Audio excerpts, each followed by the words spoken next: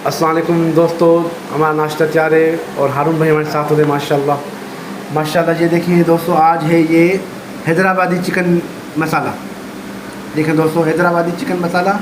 और दोस्तों ये है देसी पराठे। बिल्कुल सादा नाश्ता करते हैं हम गरीबों वाला।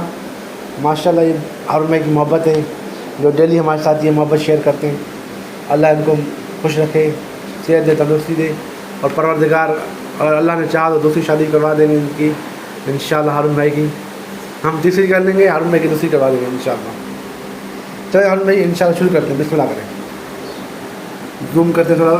हैदराबादी चिकन मसाला माशाल्लाह बड़ा टेस्टी है। मुर्गी इसमें काबुली डाली हुई है हमने माशाल्लाह। मतलब ये मोहब्बत है भाई, सब चला जाएगा, एक मोहब्बत रह जाएगी। ज़िंदगी का कुछ पता नहीं भाई।